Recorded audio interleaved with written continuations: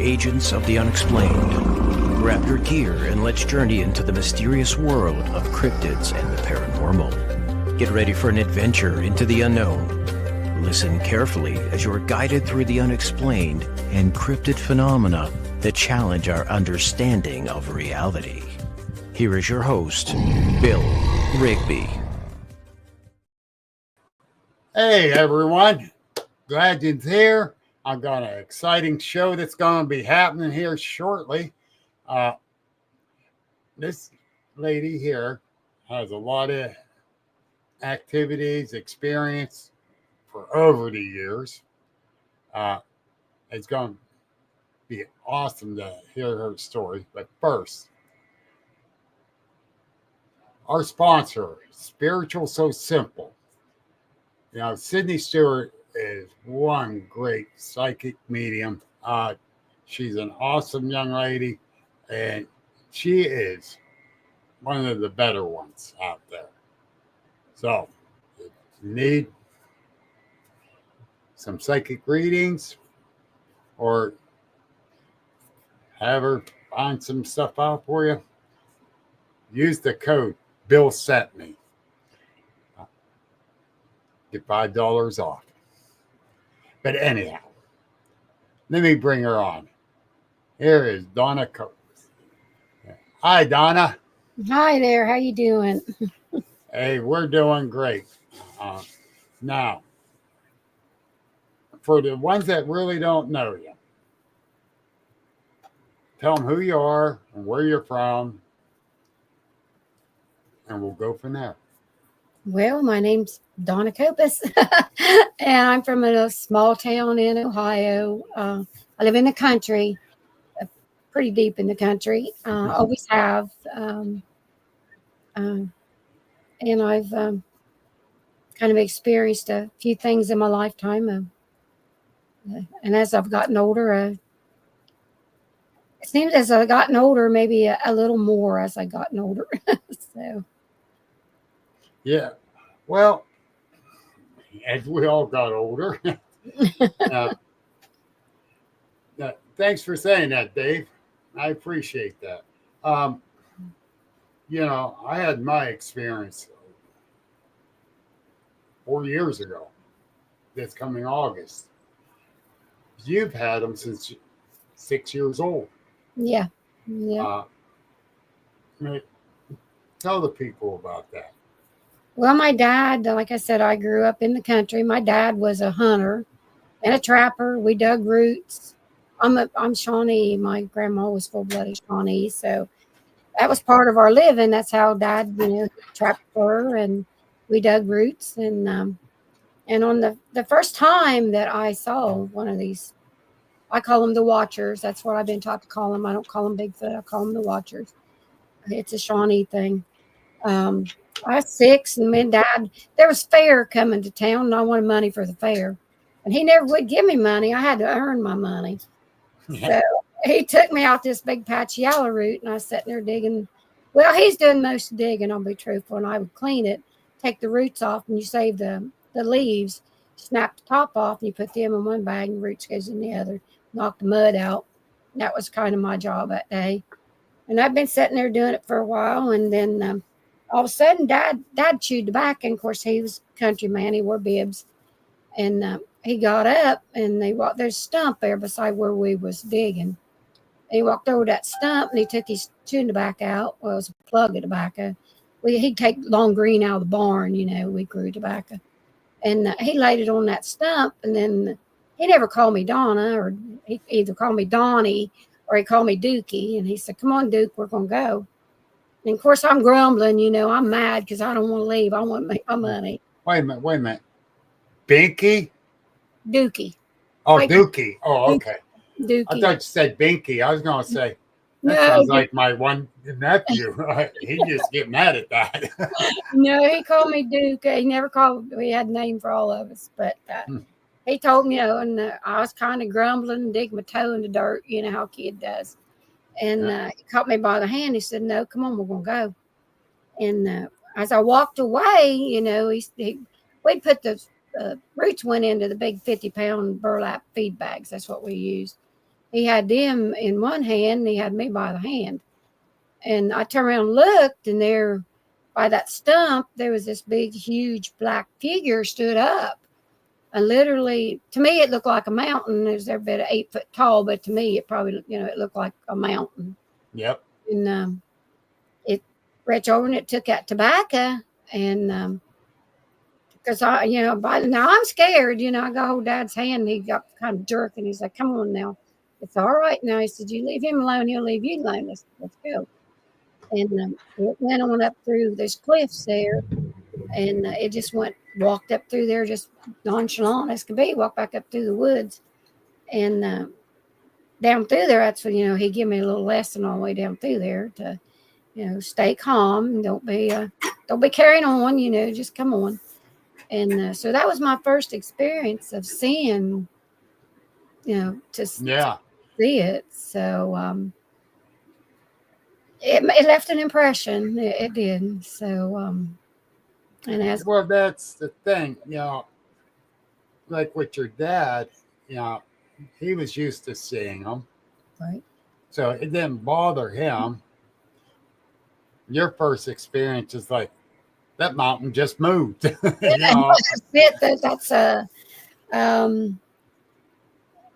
honestly, I mean, yeah, it scared me, but being with Dad because,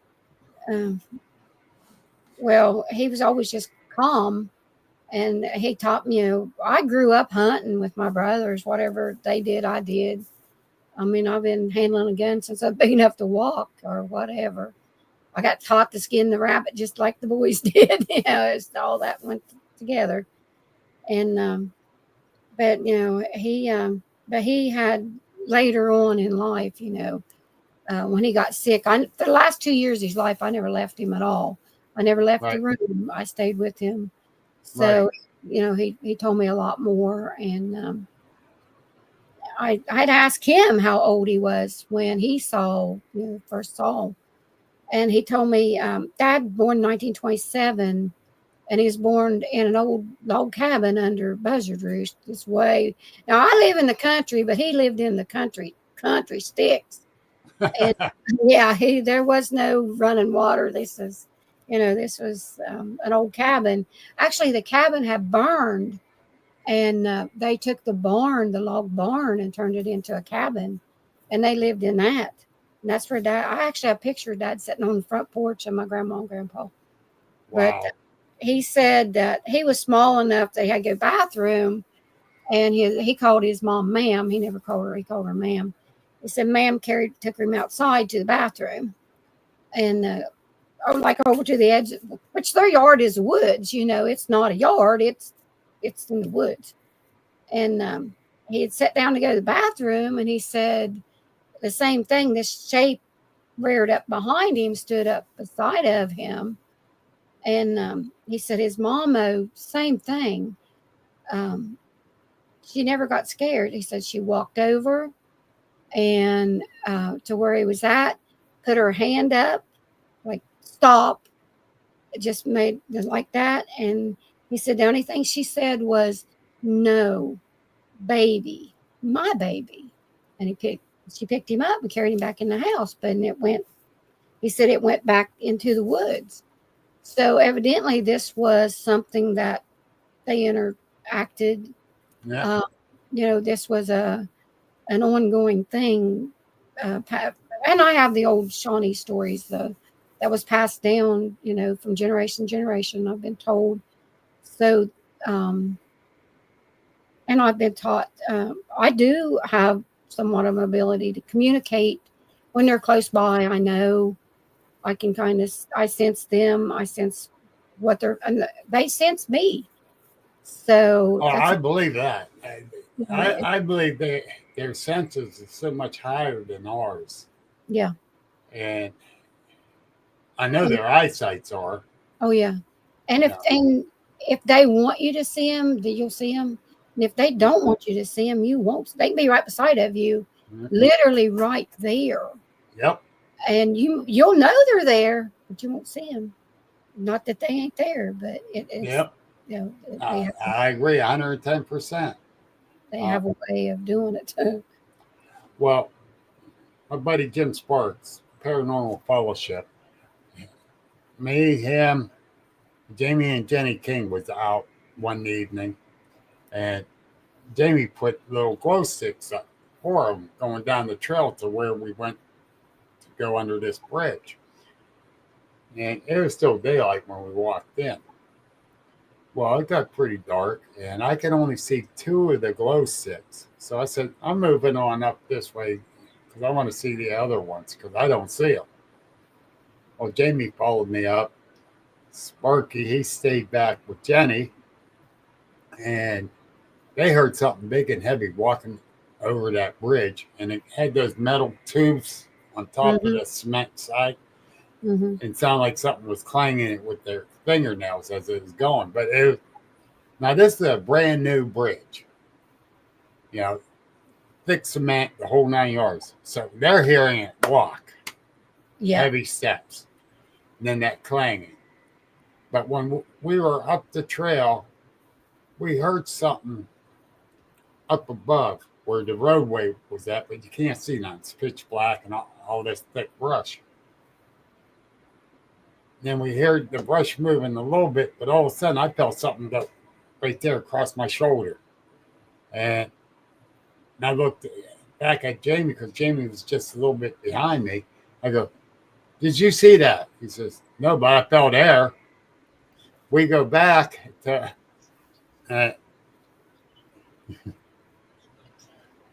oh, okay, Jim, yeah. You better leave yourself some reminders with your sometimers.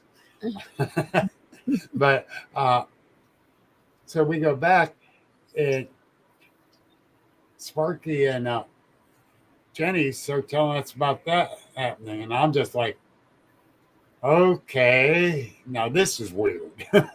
and you couldn't see it. So other times you feel stuff that's there, but you can't see it. Right. So, and I don't know. It's just a weird thing. And I know they're putting up a vibration or something to let us know. It's like the hum. I've been hit with that before, where it will drain you, like you're sucking the energy out. Like your batteries go dead. I've had that hit me to where it's like the infrasound. Yes, I've had that twice for me. Yes, there's different, like over my lifetime. Like I said, I've had different experiences because they couldn't keep me out of the woods. No matter what, I was a wild child. I was always, my poor grandma. That's what I was telling you about. She would chase me, and I promised my dad. I got my first pony when I was 6 because I promised my dad I hated school. And I promised, buy me a pony, Daddy. I'll go to school. Well, he bought me that pony. And guess what I did? I skipped school on the pony, right? I hit the barn and the pony, and I was in the woods. So, yeah. But I was never, Dad taught me to be respectful, cautious. You don't do stupid stuff. And never underestimate anything. But it just kind of became part of my life, seeing and just little interactions. Like they stole my grandma would take and tear rags and braid my hair to try to keep me from taking my hair down because my hair was real long, and I was always getting cuckleburrs in my hair and sticks. And so she'd do that. And I had a creek, so I'd head for that creek, and I'd lay there in that creek, read a book, or play in the creek, and it had little waterfalls, and then like blue clay, where it's smooth. Yeah.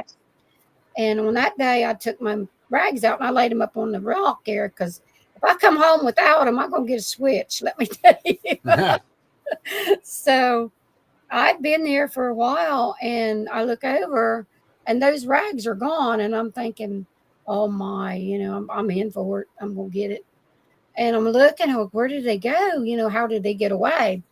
But up the bank, the creek is down here, like I'm in a valley. And then you went up, and there's cedar trees and pretty thick trees because this wasn't logged out or this was woods. and I seen those ribbons, them rags are going like they're moving by themselves, through the door, through the shadows. And I'm thinking, what the heck? Then in your mind, you're thinking, what took them? But the next day, of course, I go back. I go back the next day, I always did. But there were, they took my ribbons from. Uh, there was some shells. There was, what arrow straightener is?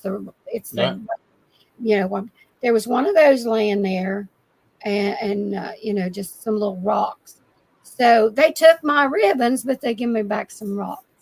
So I guess that Gifted you back. Yeah. they traded me back. So I never found them. So I guess they kept them, but I got in trouble. I'll tell you. Oh, I know. We left stuff as gifting. Um, first time around, nothing got moved. We rearranged it a little bit. Come back a couple days later, things are changed up again. Got all moved around. It's like, now wait a minute. Pull out my phone, bring up the pictures. No, this was over here. This was over there. Wait a minute. If it was a bird picking up something, it'd take off with it. Right. This stuff got moved around. Yeah, they kind of like they play with it and shift it about, or they'll take something and leave something in that spot. Yeah. I make homemade apple stack cakes. I cook the apples, and I make homemade cakes. Then I make applesauce, and I ice them. This is my grandma's old recipe. She always made them for me. So I make these big, huge. I'll take these big pans, and I make those apple stack cakes, and I'll take those out, and I put those out because the apple. Thanks a lot. Now you're making me hungry. Well, that was my grandma. I like it. Where I grew up at, we had orchards. We had 11-acre berry patch, so everything came off the farm. We, between the orchards, the berries, we grew our own meat, chickens, the eggs, everything came from there. God, I hate cleaning chickens. Oh, I hate that job. Oh my God, that's the worst. That's the horrible job in the world. I'd skin anything, but it's chickens. But Danny says apple cakes are awesome. Yeah, I can't make them like my grandma did because hers was, oh my God, so good. But I try to do. It's all homemade, so I go from scratch. The flour, sugar, vanilla, eggs. The whole thing. I make it. You're making me hungrier. Please stop. William Neihart goes, I want a huge apple cake. Me too, Bill. Me too. I bet they enjoyed it though. I've got different places I take. I hadn't hunted for a few years, and then we had that flood, in the summertime. So a lot of the elders, our electric went out for days. So a lot of freezers went down. So I hunted this year. I'll grind the deer meat into hamburger, and then I give it away. And then I have a poultry farm. I donate my eggs, believe it or not. They're kind of down. You're donating gold. Absolutely. I'm looking at this. I took in, there's a place where I would take them into a food pantry that gives out the food. And at one time I took in 50 dozen of eggs. Wow. God bless you. I'll get 4 or 5 dozen of eggs. Because I have my chickens. I have multiple different breeds. And then have you ever seen a chicken that lays it's got 3 yolks? It's not the double yolk, it's the triple yolk. I only saw one egg like that. I was amazed. I had these, I bought these big hens, and I was like, oh my God, there's 3 yolks in there. This is amazing. That's pretty good. Yeah. Now that's a lot of dippy egg there. I use like the duck eggs and stuff. I bake with them. You can't eat a duck egg. Well, I guess you can, but I don't. but they make really good like egg noodles and Yeah. I think cakes and stuff with those. So I was taught to use everything. Mm, Yeah, we did too growing up. I called my mom a pioneer woman yeah. because I guess we were really poor, and I didn't realize it growing up. None of us kids did. Well, You know? that was. I never went hungry. I mean, always had a pot of Nope. beans cooking and fried potatoes, and that was just the way of it. Bonnie says duck eggs taste just like chicken eggs to her. Mm. I Yeah. think they're rich. They got a richer taste or something. I don't know. Uh, I uh, bake with. I can't eat them. I'll bake with them. They make great pie crust. uh, Danny, she has turkeys, geese, chickens, Guineas. guineas, pig. Do you have a peacock too? I had two peacocks, but they disappeared. And my whole herd or my whole flock of ducks. That's the only thing that got bothered this summer. They left everything else alone but the ducks, and they wiped out my whole duck population. Oh, So I guess they must like ducks. uh, I'm like, why? What are you doing? Mm. uh, where Nighthawk goes, just put your eggs in a glass jar with a lid and soak them in water and pickling spice. Yeah, I did that. Yeah, I did that Uh, before. Mm. BJ, where have you been? Your mom's been here. Mm. I get to pick on it.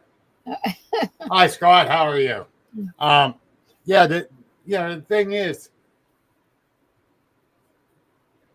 yeah, Sparky, she has yep.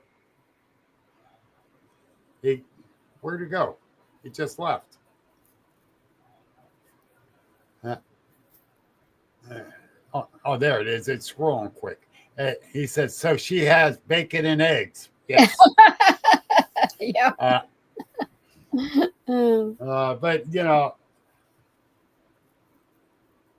have you ever had them attack any of your animals? The dog, like I said, Dad's dog.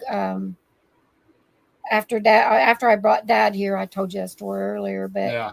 within that short time of me bringing Dad here, his watcher came, and I still whether it was his or whether it was a different one, because it was very violent that night, and it when it went through the hog pen, like I said, it was 400-pound sow hog, so it's pretty good tall pen, and he stepped over, and I casted. I had to cast, and the cast from the of course it's a hog pen, so it's mud, and I cast them. They were 18 inches, or maybe even more long, and almost Right. 12 wide, and they was two. It was like where it stepped. It was 2 feet, step, then over the edge, and then through the creek, and then it hit the chicken coops, and that's where it got the dog at.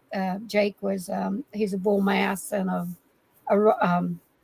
pit bull mix, and he's a Right. big old. He was an old dog, but he was a big dog. And where it bit him through the hindquarters. After I finally found him, he lived amazingly. But the it went in, it embedded into him. The teeth went into him, like they were 5-6 inches long. These Right. like it was hit, just like it was trying to bite him in two, and through his private parts, it bit through. I mean, it's just like it would put him in a steel trap and just bit through.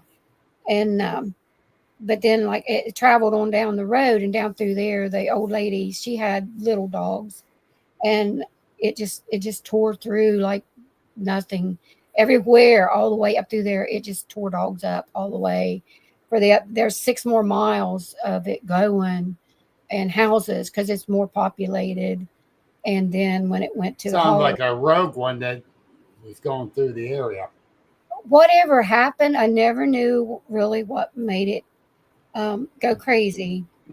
um, because that would have been um, in 14, 15, something like that, the year 14. And I questioned myself. There was a lady there was a store in town where they sold guns, Miss Green's. And there's a lady in there. She was talking about, she lived in Blue Creek too, but on down into Churn Creek. And something had attacked her dogs.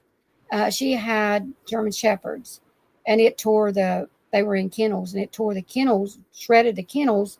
And she said the dogs literally burst through the sliding glass doors, busted through the doors. And because we was talking, and she's like, I don't know, I heard this screaming, and we're comparing, what we seen. And so there wasn't just me that night. There was multiple people that saw. And the old lady down the road, she called the cops, and they came out. And the deputies tell me it's a coyote, and I was like, no, but whatever. I ain't gonna argue about it. But Yeah. the next night, the one that he would come every night and stand there and watch while I put Dad to bed. And the dad told me the same thing. You leave him alone, he'll leave you alone. He's just watching. And Yeah. he was attached to Dad because after Dad passed away, within 2 weeks of Dad being gone, he was gone. Um, he comes back. I know it's him. He's not so dark anymore. He's more silvery. He's getting gray because Dad was 84 when he passed away. And I think Right. they lived their life. Kind of, they're attached to you. So, um, which would have make him, in Dad's age, would make him over 100 years old. If I would Yeah. guess the age of, that would be. Yeah. Um, there were some things that happened in the summertime, which I don't talk a lot about. Those kind of experience because first off, people think you're crazy. So I don't tell a lot of people about things, but he was back. Um, there was some things that happened. Was like the night I told you about where I got hit with the cooler. Yeah. um, they were fighting. There's this big tract of ground. It's like 400 acres of woods. Has not been Mhm. touched or logged, and I would say, well, it's over 100 years since Right. anything's come out. And they're logging it. They've logged it down, and they put they've got roads in there, and it's running them out. They're coming out in the more Uh, populated areas. And that's the problem now.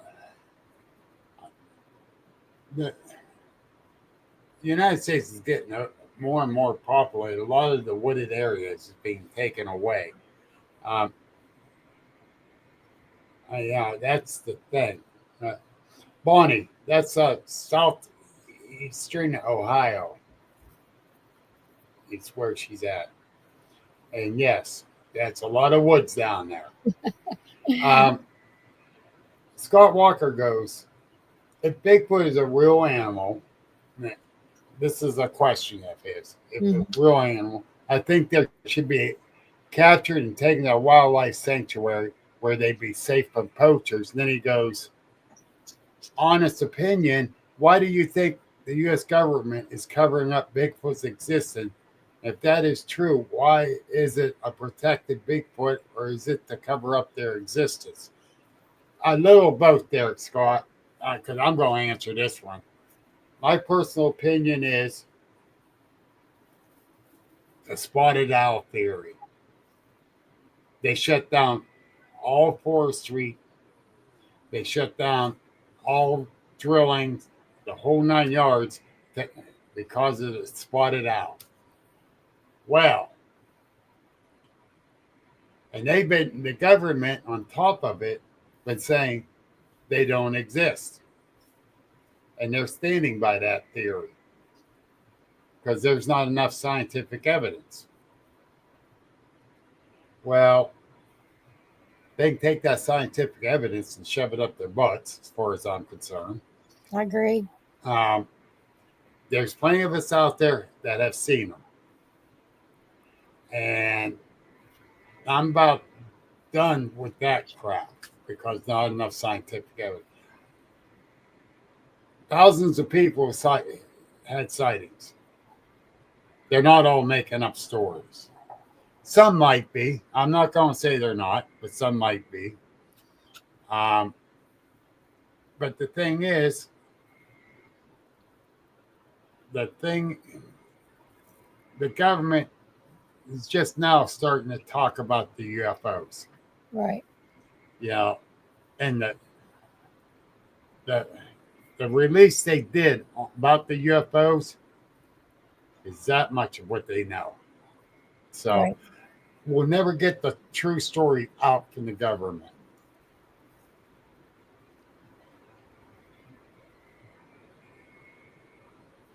Oh, okay, Scott. Yeah, that Harry and the Henderson. You know, I, to me, that was the stupidest movie around till the very end. Till the very end. When Uh, they took him back to the woods and he started into the woods and all those other ones come out. It was like, whoa. I am so impressed. uh, And that's basically true to what, right. because they blend in to their surroundings so well. Um, it's just crazy. On the Eh, don't get me wrong. I liked Harry and the Henderson.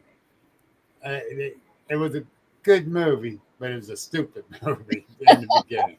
I The liked it. ending was perfect. The ending was perfect. Uh, Uh, who that was a Bigfoot family that was killed in the Bluff Creek area where the Patterson gave his film site was filming or not. I can't answer that one. Go ahead, Spark. Tell Jamie. Uh, um, I, that's the thing. Uh, I'm Sparky. Was there a family killed at Bluff Creek area? Uh, you would know better than I would. Um, I know the slaughter at land between the lakes down there in Tennessee, Kentucky. That is more of a dog man thing than a Bigfoot. Not sure. I'm gonna Scott. I will check into that and let you know. I really don't know for sure. So I'm not going to say yes, it's true or no, it's not true. Um, yeah, there was a movie centered around that, but is it a true story? You know, Hollywood, they elaborate crap anyhow. So we'll have to check on that. But uh, Bill, you still out there? You might know yourself. Um, William Nighthawk. He's up on a lot of that stuff. And I wish Russell Easterbrook was out here. He could tell us.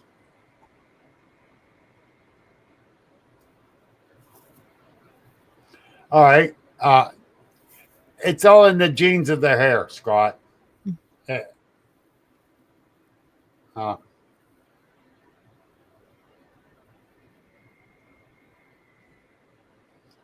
oh, that movie spark. Yeah, Bob Goldwyn.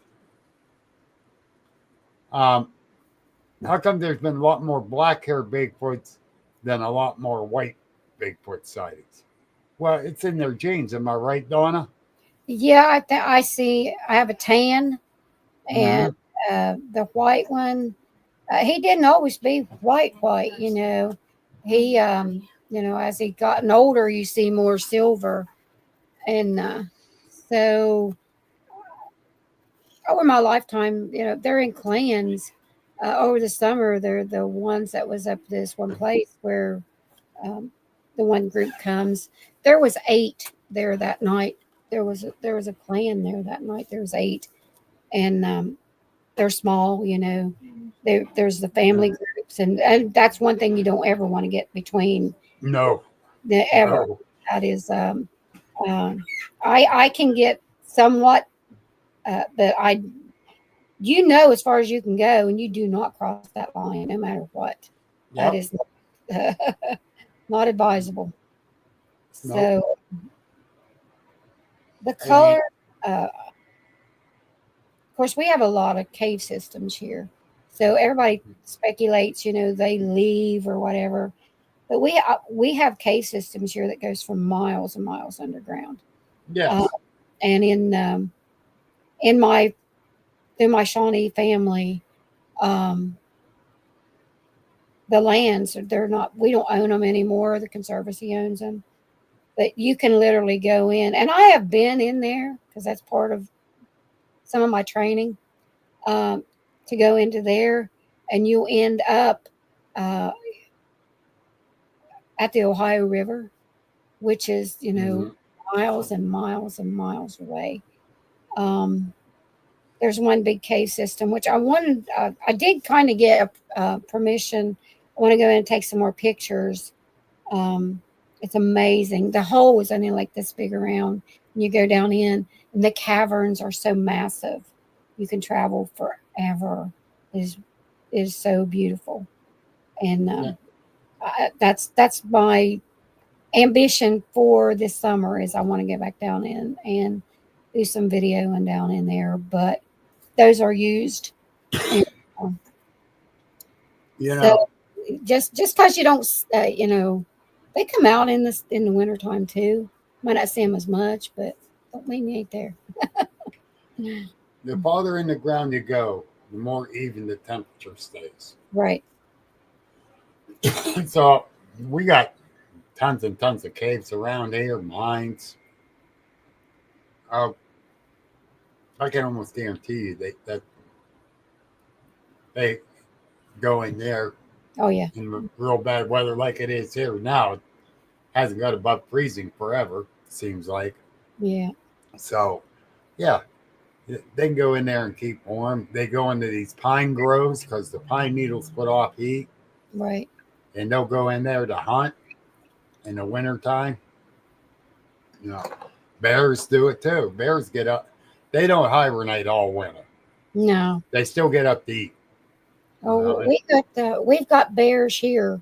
Actually, had one at my old house up by the woods. I'm down closer to the road now, and my mom had some dementia, and I was rebuilding my kitchen, and I'd taken my big door off, and I just had my screen door up, and it's getting dark, and I hear grunting. I'm thinking it's a pig. By the window, I've got a big arch window, and so I look out, and it's a bear, and it's a yep. bear rooting around there, and I'm thinking it's going to push that screen door in. So I'm telling my mom, I'm going to be quiet, be quiet. And of course, the more I told her to be quiet, the louder she got. So what's going on? I want to know what's going on. So I'm thinking I'll take her down to my bedroom and I get the shotgun because in my mind's eye, you know how you can vision it's going to push in, but it didn't. It rooted around through the stuff and went on up in the woods. Of course, back there, that the house set in the woods, but Right. You we have know, everything. yeah. Scott has another good question. This has been on his mind. You know how gorillas and chimpanzees are attacked by leopards? Would bears and cougars do the same thing to Bigfoots? I doubt it very much. Donna, I saw a picture of a coyote. We talked about the coyotes earlier. Hmm. A picture of a coyote was like a wet dish rag wrung up. I mean, just wrung, and laid down in there. The Well, if person heard the coyote yelp the night before, and they found it and got a picture of it that next day. And it's like, yeah. So it's, I don't think a bear might if the Bigfoot crosses paths with the bear and their cubs. That's a good possibility. But the cougars, I think they're smart enough to stay back. Well, we have panther here, even though Yeah. they tell you there's no panthers in Ohio.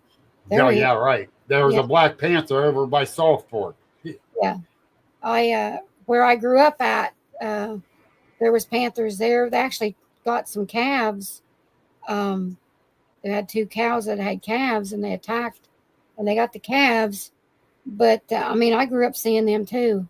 Actually, I got in trouble for skipping school, and there was one in a holler log that I went over top of, and it wasn't. It didn't hurt me, but let me tell you, by the time I got up to the bank and my dad caught me for skipping school, I Yeah. never went that path again. I'll give you that. But we have panthers, bobcat, we have cougar. Um, so the wildlife's getting more and more too, and they're coming out farther Yeah. into the populated areas.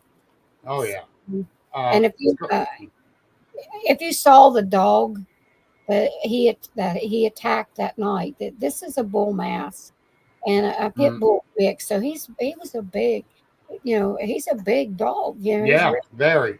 and it was like you would like a cat biting a mouse in two. That's Yeah. it would be that that violent. And so Um, coyotes are smaller and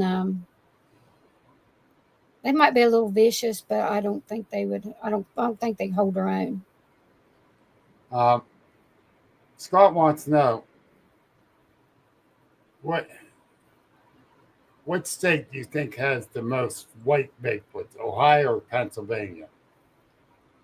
Now that I couldn't tell you because I've in my lifetime I never traveled nowhere else. I stay here. I have researched, back and forwards, and I've talked to other people, but has seen the white ones.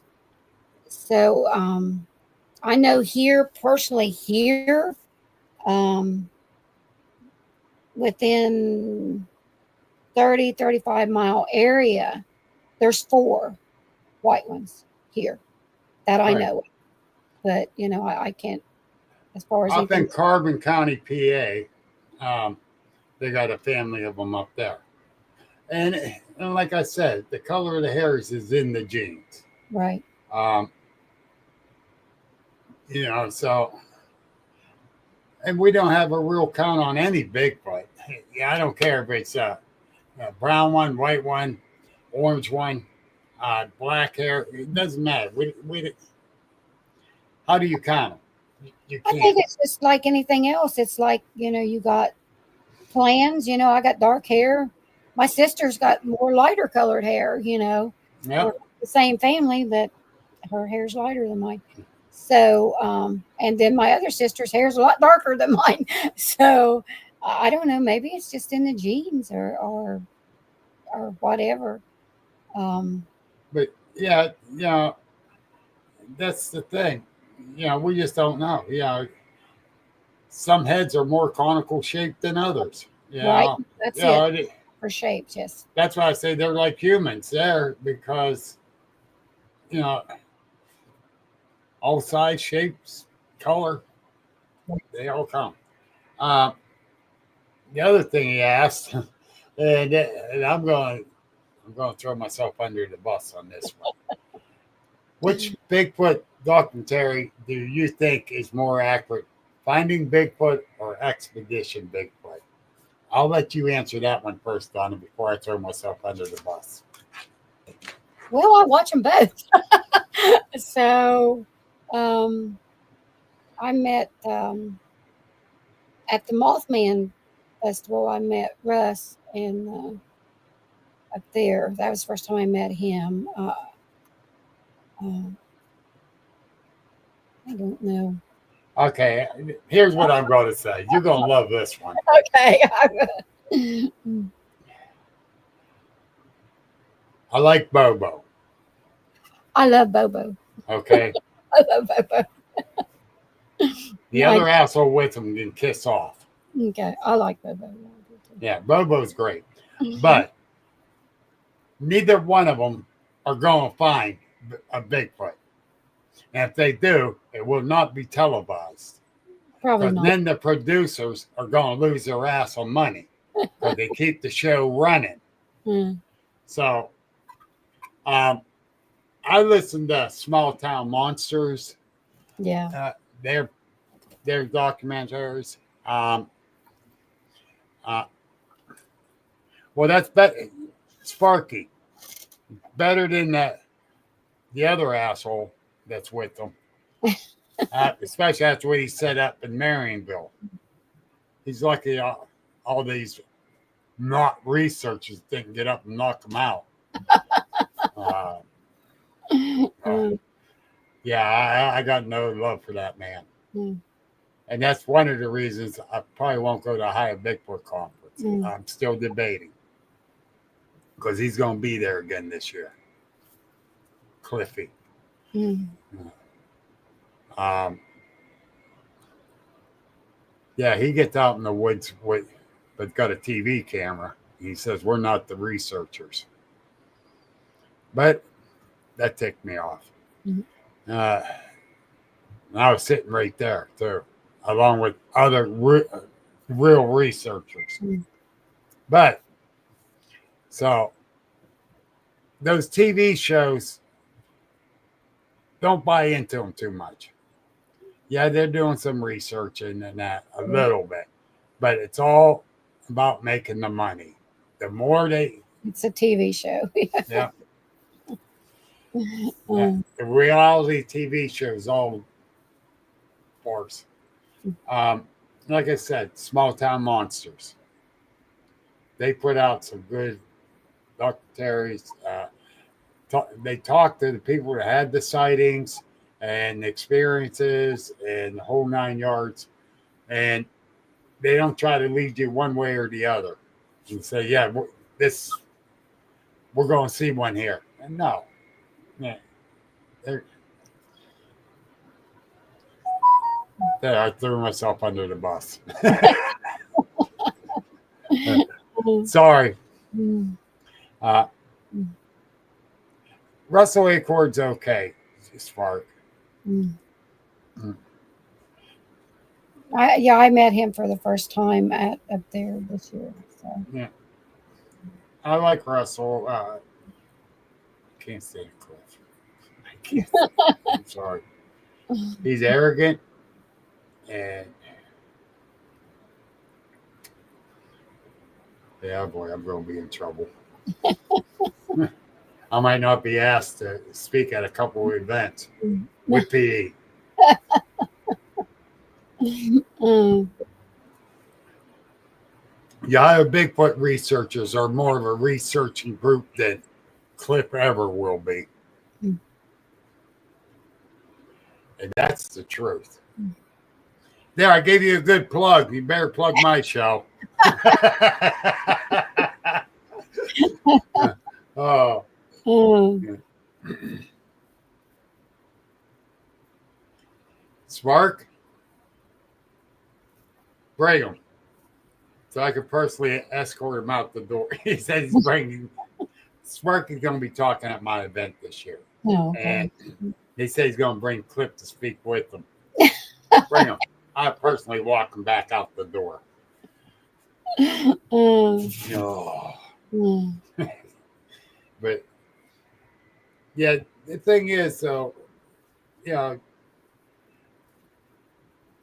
we got so much to learn yet because we have not even got to the tip of the iceberg.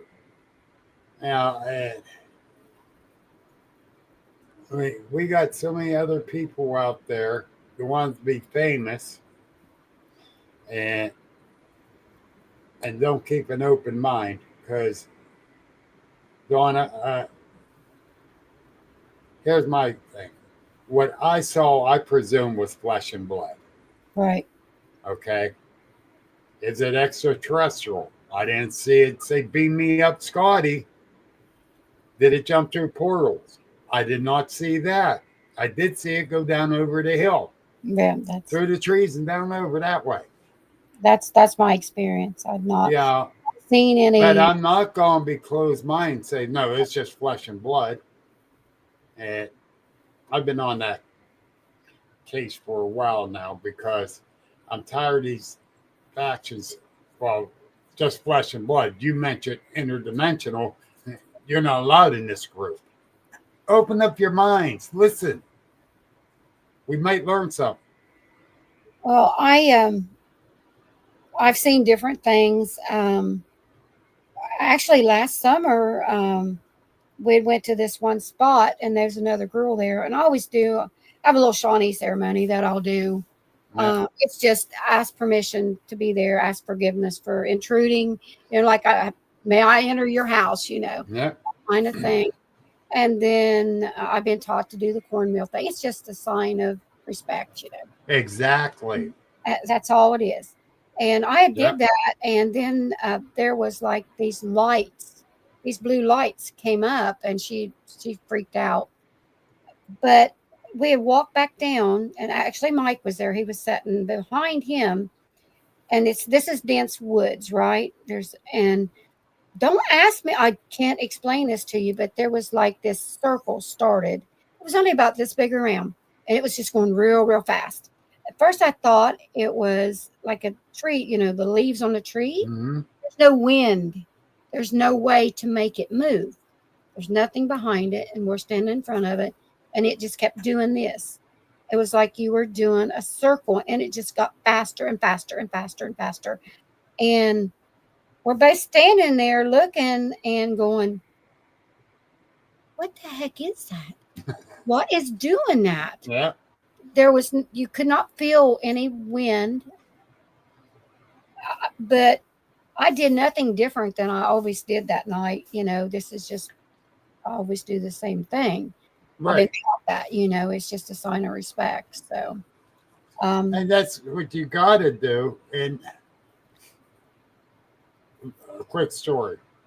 I always say something when I'm going into the one area that I research and let them know I'm there and they're visiting and care to show yourself. If not, that's fine. Just leave me a sign. Well, this one time I stopped. I had a lot on my mind. I'm walking down and it's about 3/4 of a mile down. And I'm still just trying to clear my head. That's my solitude, is get into the woods. And I go down this long trail, and then I got to make a left to get into the woods and go down across this gully over to one little area. Well, I didn't say nothing that time. I'm just sitting there walking. There's a clearing to my left, woods to my right, and I'm going up a little farther, the woods to the left, right past that clearing, and I'll go up and through there.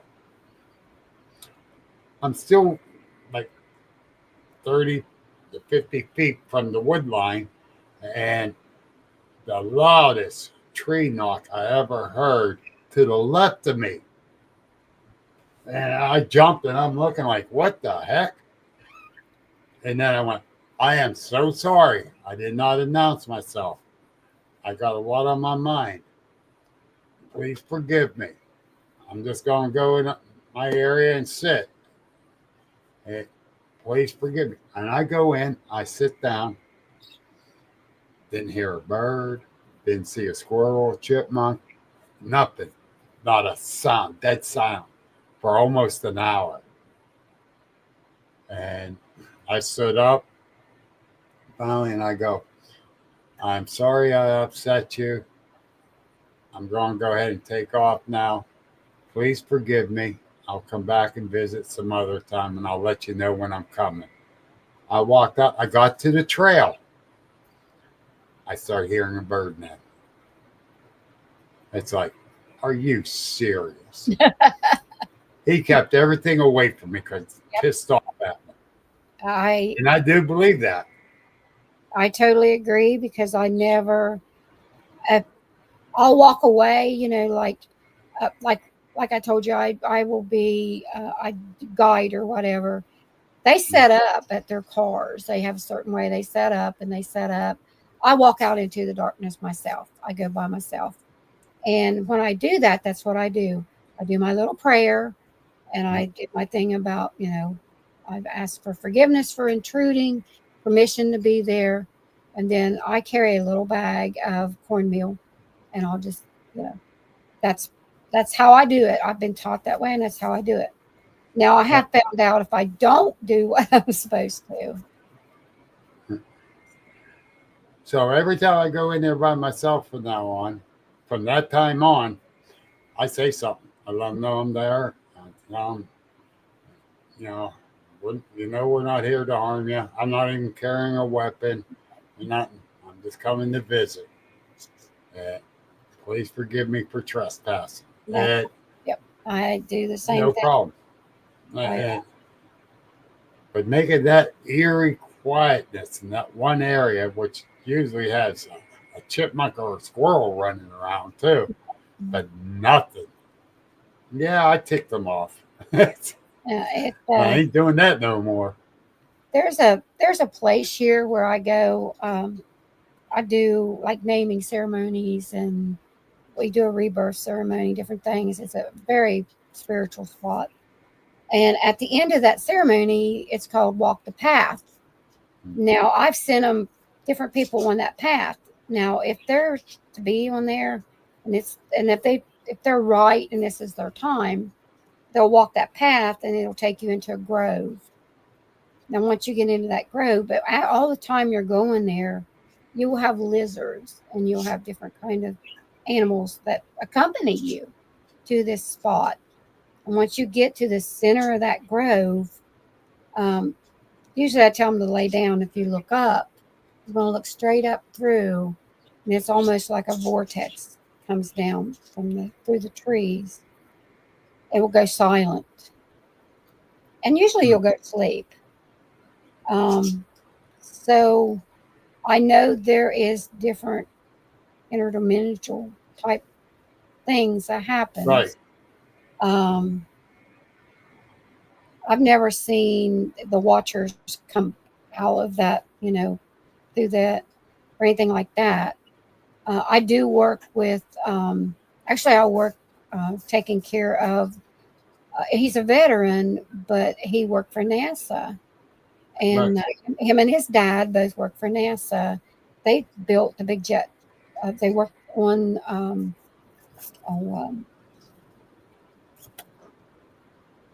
the space thing, SpaceX rocket or yeah, they were building the fighter jets, and this would have been, let's see, 43, 53, about 63, something around that line, and that would have been in Indiana, is where they were working at, all over the world. But at this time, that I now take care of the son. The father's passed away, but the son, he's 81 now, and so intelligent. Oh my God, he has a brain that he has some dementia now. But so he gave me permission he told me some of his stories.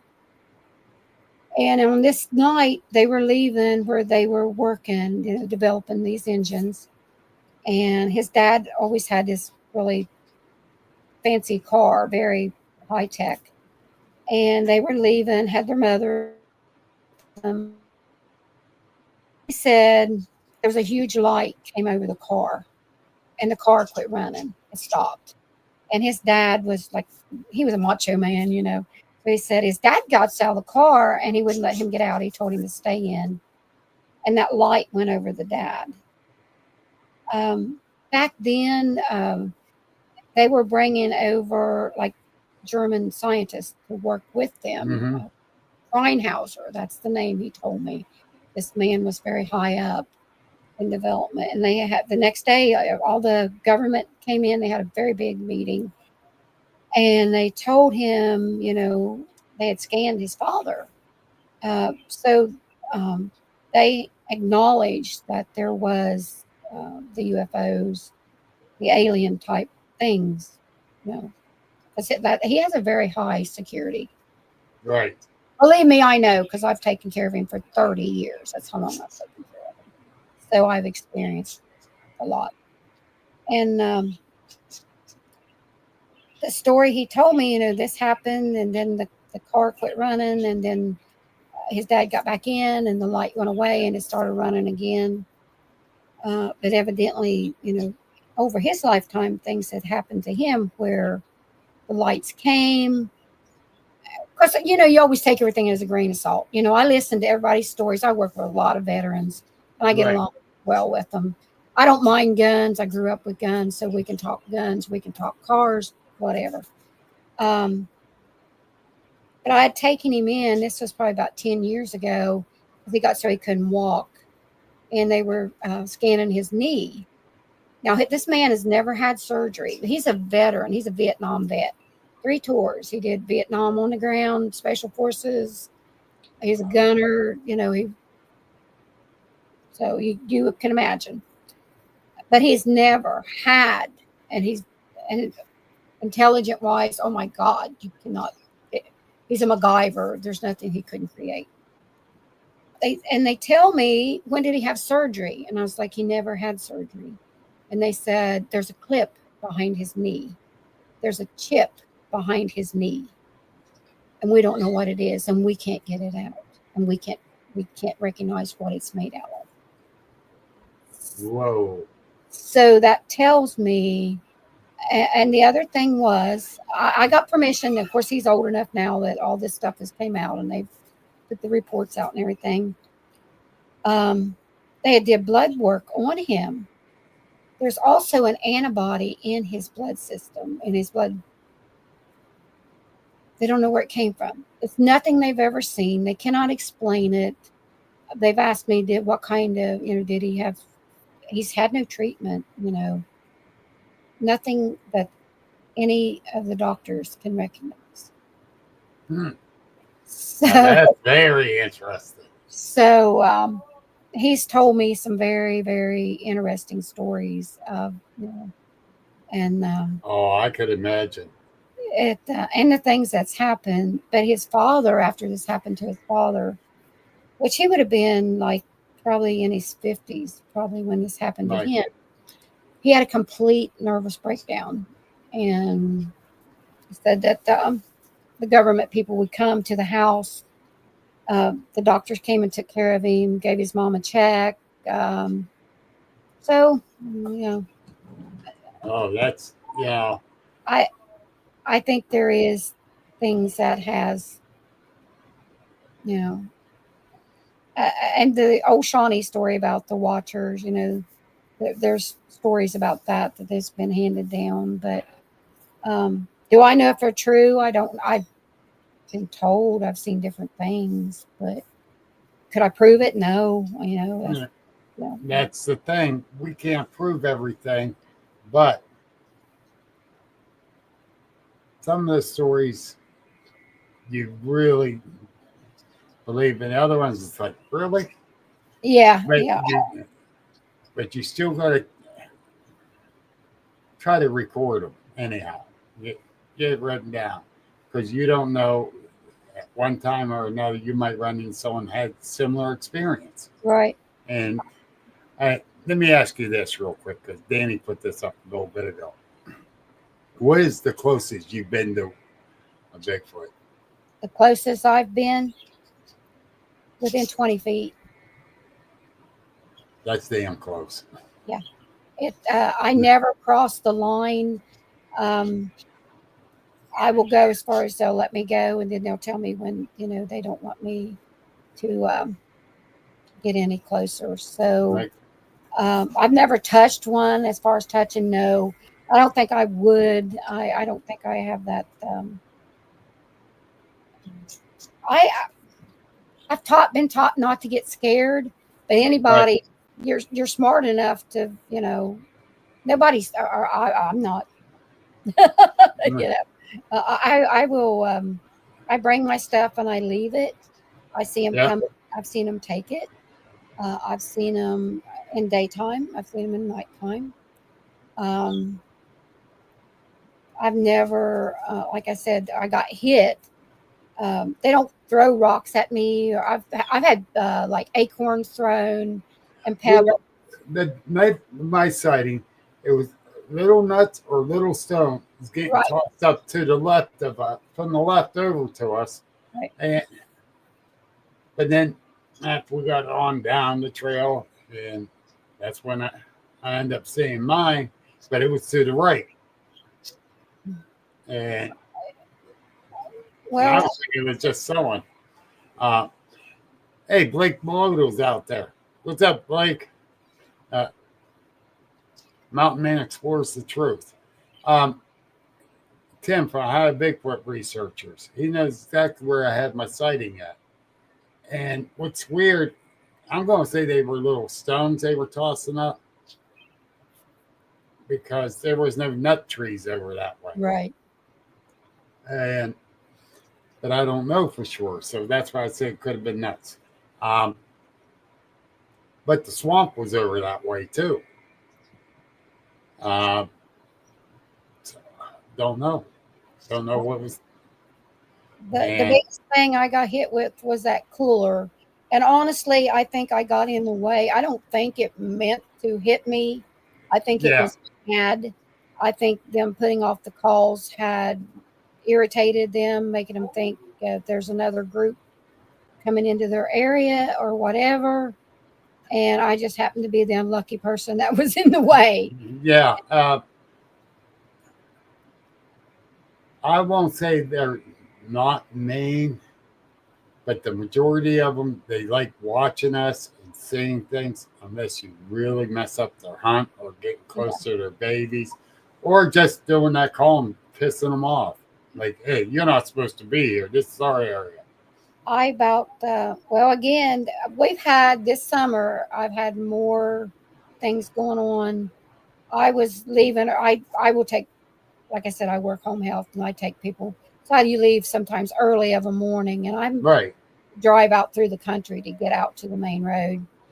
And I was coming up over the hill and there was I'm driving, it's just woods, and then there's like the country road. And the bank up is probably 10, 12 feet tall. And there's a doe. She didn't go down that bank. She dove off, like and splat all four. You know how they'll, four Yep. legs out in the road in front of me. And I wasn't driving fast because you can't drive fast on that road anyway. But she came and she was terrified. She's scurrying, trying to get up, and I'm thinking, what the heck? Well, finally she makes it to her feet and she goes off the other side of the road.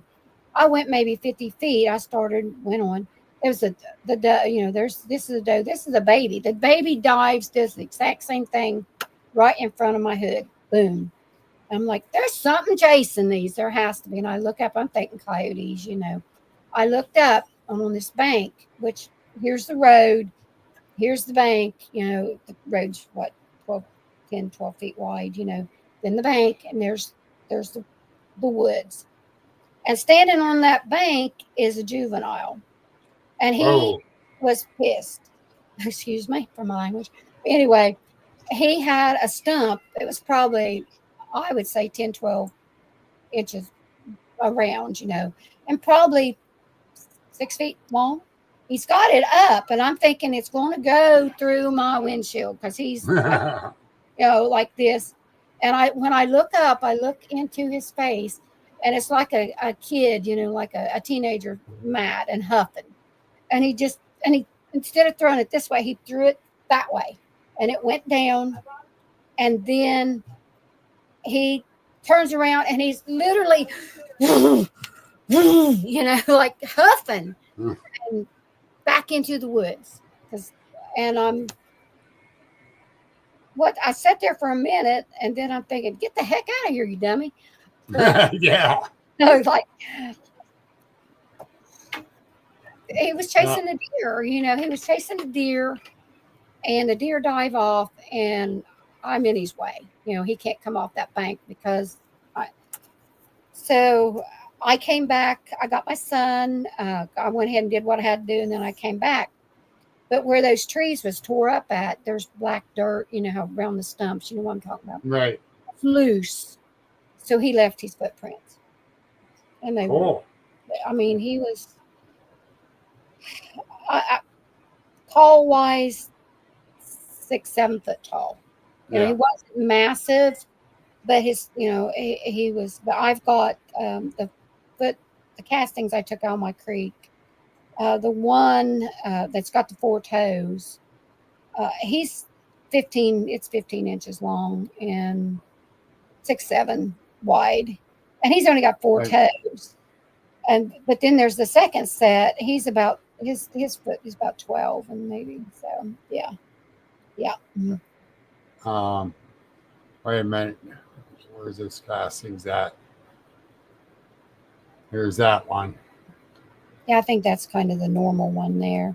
Now that is actually that is a real stone. Well, it's a petrified foot. Yeah.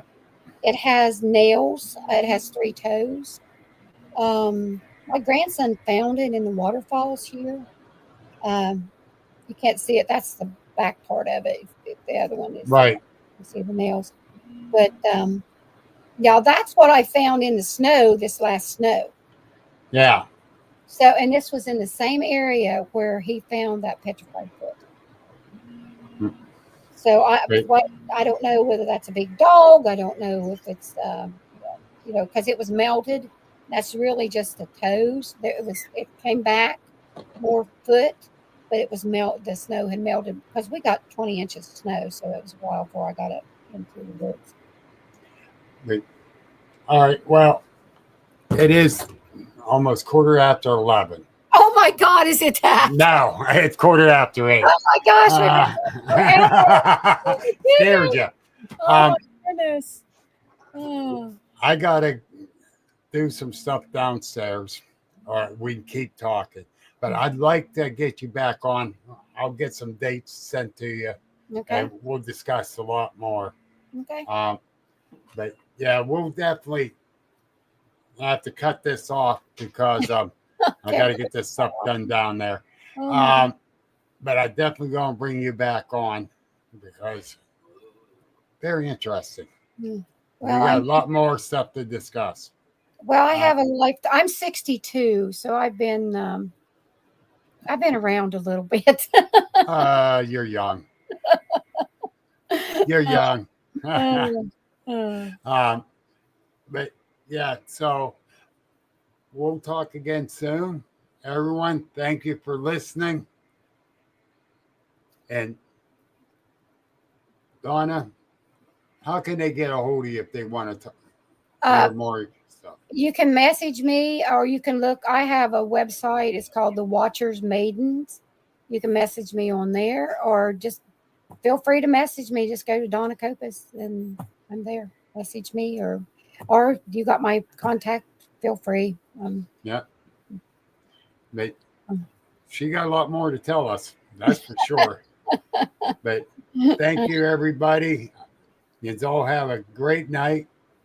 Stay warm and stay out of trouble. Man, Donna's not bailing nobody out. Hey, those days are over. I used to work for Bernie. Yep. Thanks again, Donna. Thank you so much for having me. It's been wonderful. Bye. Thank you for tuning in to the Agents of the Unexplained. Please visit our website at agentsoftheunexplained.net for unique paranormal merchandise like t-shirts, books, and coffee mugs. Join our Facebook group and subscribe to our YouTube channel for more thrilling content. Until next time, keep questioning the unexplainable.